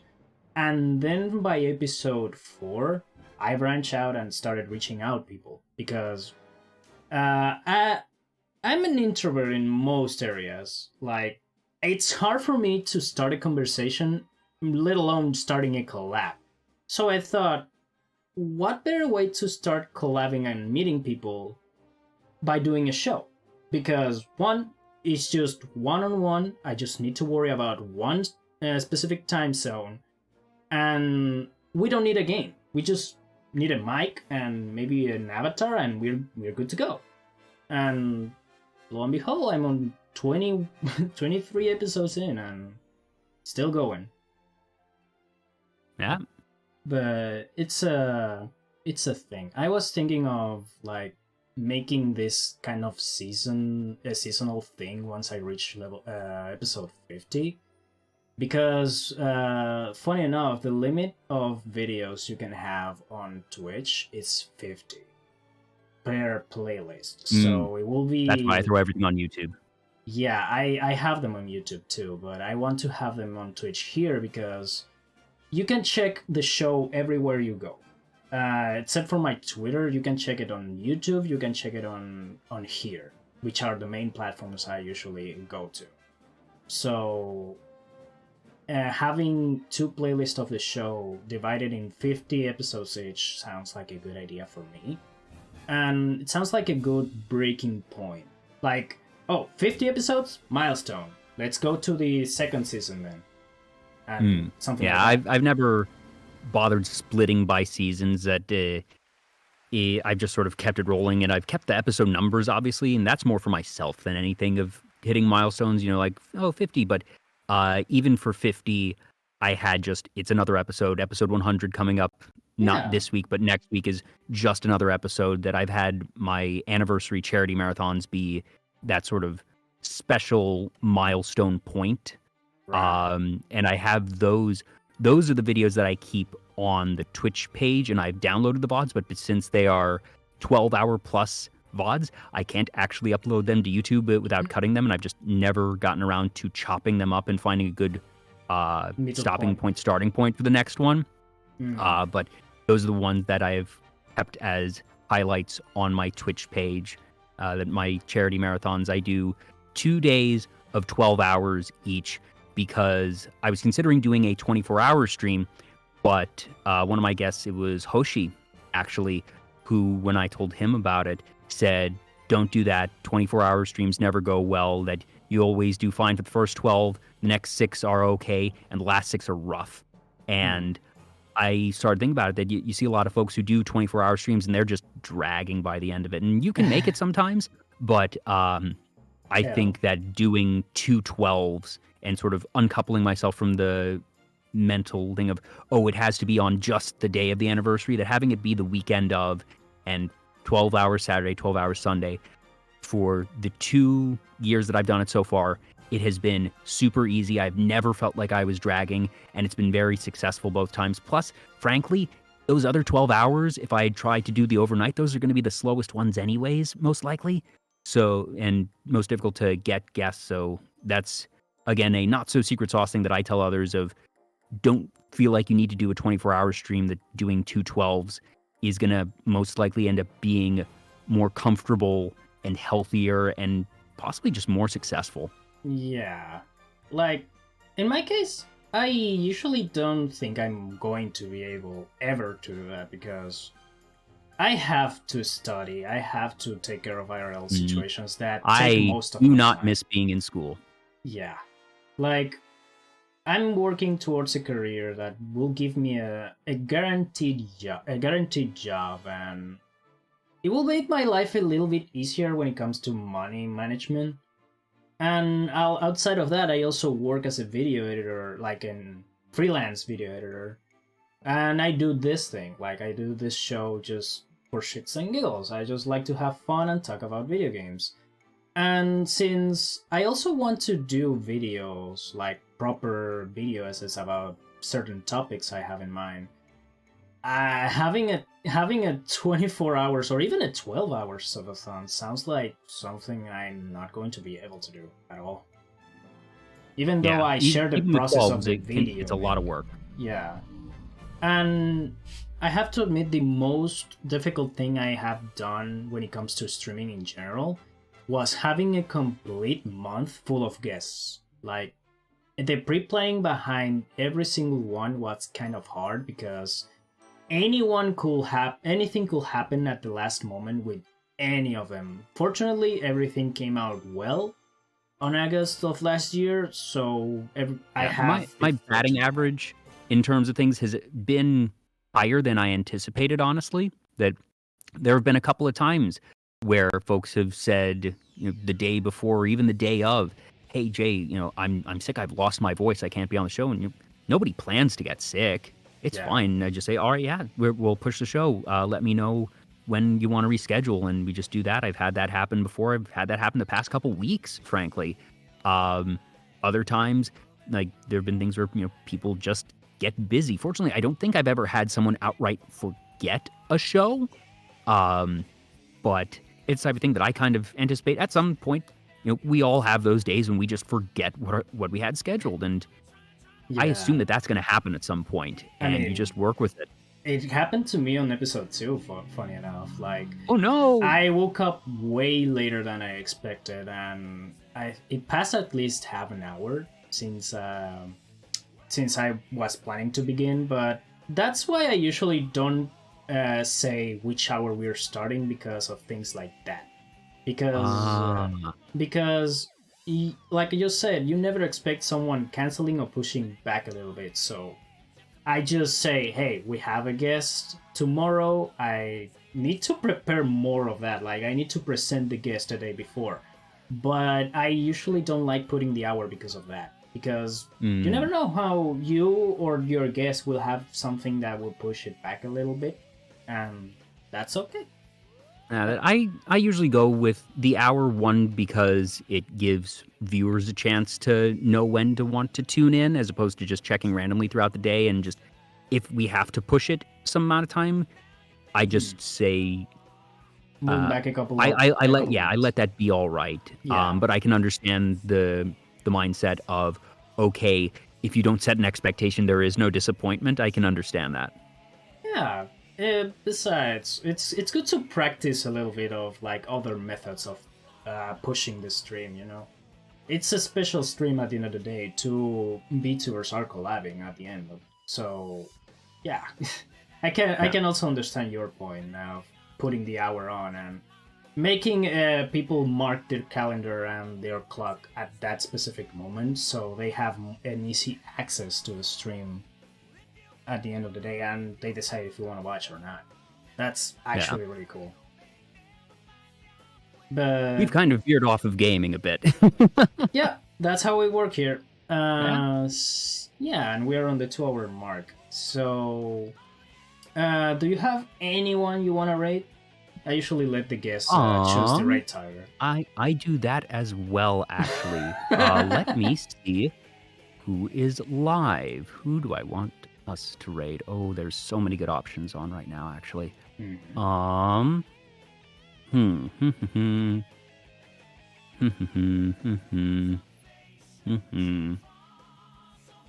Ooh, there's just like everyone here is good. I have a lot of I'm gonna do a quick count. 1, 2, 3, 4. 4, 5, 6, 7, 8, 9, 10 of my past guests are streaming right now, actually. Let's go with the Arkhand. The Arkhand is currently playing Paper Mario. He's actually a fantastic composer. He composed the VtuberTalk theme song, actually, which I got commissioned specially for my 2nd anniversary. I will send you his link right there, but it's just the_ARKHAND. Right. Yes. Great. Yeah, but thank you so much for having me. Thank you for letting me rant about the games and the music that I love. I genuinely wish you all the best with the VTuber Gaming Talk. You'll be hearing from my lawyer shortly. For sure. Don't worry about it. As long as you have a good time, I have a good time. That's the important part of the show. I love hearing people rant about something or just gush about their favorite thing about video games. It's a delight every time. I always tell my guests, if I can get them to rant, that means I've done something right. And, you got me to rant several times today, so good job. Hell yeah. Mission accomplished. I'm gonna get losing money for this mission, but worth it. Worth it tenfold. And thanks to everyone who tuned in. Like I said, I'm Jay, I host VtuberTalk. If you want to follow me, there's the links that were posted by RoboDen in the chat. And keep on supporting Daenerys as well. And thank you so much. Yeah, thank you for accepting being here and for sharing this special milestone of mine. Yeah, congrats, man. 1 year. It's a big deal. It's a Hopefully many more to huge deal. come. Oh, for sure. I hope to keep doing this. But yeah, we're turning off here, so see you guys later. Bye. Bye.